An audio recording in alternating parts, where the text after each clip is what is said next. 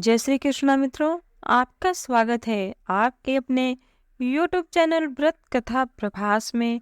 मित्रों, आज के इस वीडियो में हम जानेंगे कि मकर संक्रांति का क्या महत्व है, मकर संक्रांति किस दिन है, मकर संक्रांति का पुण्य काल, महाअमृत काल तथा दान का विशेष महत्व।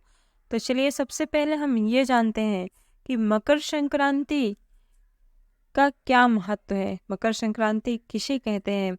मित्रों, वैसे तो जब सूर्य नारायण भगवान हर महीने एक एक राशि पर रहते हैं, लेकिन जब सूर्य नारायण धनु राशि को छोड़कर मकर राशि में प्रवेश करते हैं तो इसी दिन से सूर्य नारायण की उत्तरायण की गति आरंभ होती है।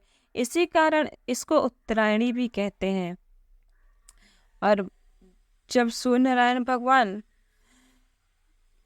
कर्क, सिंह, कन्या, तुला, वृश्चिक और धनु राशि में रहते हैं तो इस काल को दक्षिणायन कहते हैं। दक्षिणायन यानी देवताओं की रात्रि। इस काल में देवता सोते रहते हैं या विश्राम करते रहते हैं, इसलिए इनका महत्व कम होता है।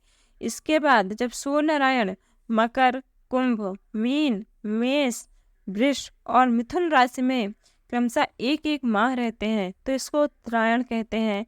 इसका विशेष महत्व होता है।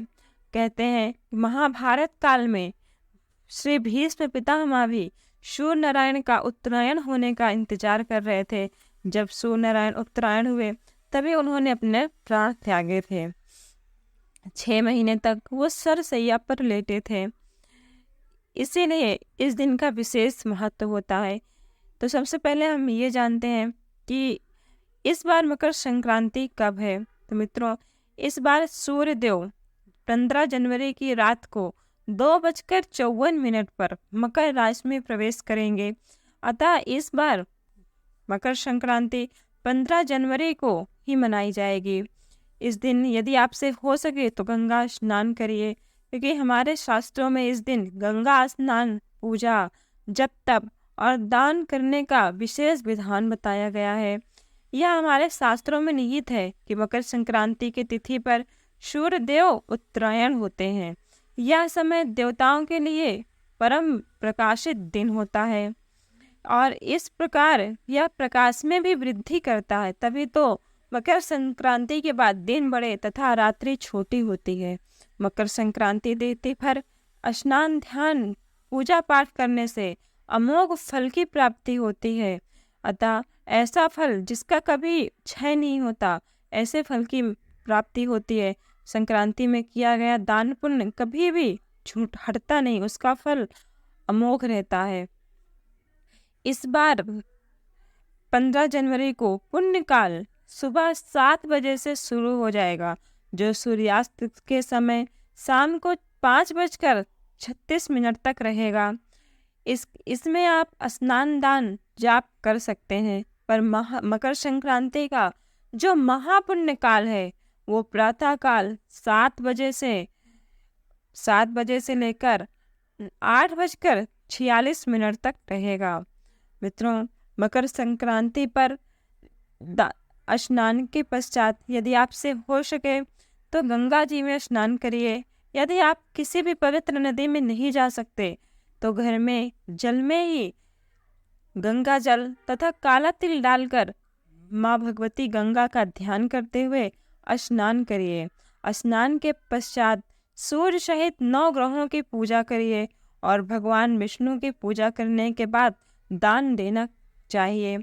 जो भी आपकी श्रद्धा हो, जैसी आपकी श्रद्धा हो वैसे अन्य वस्त्र और धन का दान कर सकते हैं, लेकिन मकर संक्रांति के दिन तिल और खिचड़ी का दान बहुत ही शुभ माना जाता है। इस दिन दान का समय सुबह 7 बजे से सूर्यास्त के पहले तक रहेगा। यह दान